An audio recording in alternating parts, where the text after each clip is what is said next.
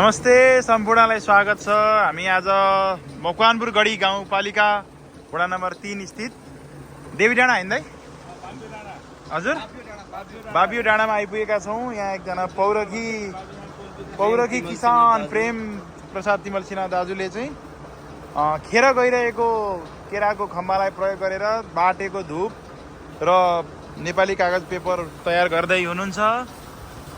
अनि दाइले चाहिँ आफ्नो मेहनतलाई प्रयोग गरेर गर्दै हुनुहुन्छ। हामी अवलोकन गर्दैछौँ। तपाईँहरू पनि हेर्न आउन सक्नुहुन्छ। हेर्न र खरिद गरेर उहाँलाई सहयोग गरिदिनको लागि अनुरोध गर्दछौँ। धन्यवाद। ल हेर्नु, यो चाहिँ केराको र मेटेरियल, यो हो केराको खम्बा। त्यसपछि यसको रेसाहरू यहाँ बनिरहेको छ र लास्टमा चाहिँ मिक्सरबाट तयार भएको सुकाएर राख्नुहुन्छ उहाँहरूले। अनि यो सुकेपछि यसमा सिट चाहिँ तयार हुन्छ। ल हेर्नुहोस्,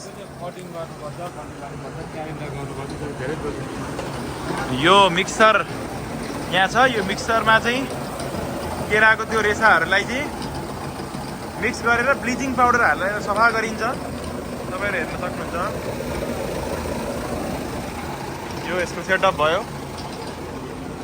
अनि यसलाई सुकाएर जब यो पूर्ण रूपमा सुक्छ त्यसपछि यसबाट कागजलाई निकालिन्छ। उहाँले आफ्नो बारीमा गढी 3 बाबियो डाँडामा चाहिँ यो काम गरिरहनु भएका छ र हामी हेरिरहेका छौँ।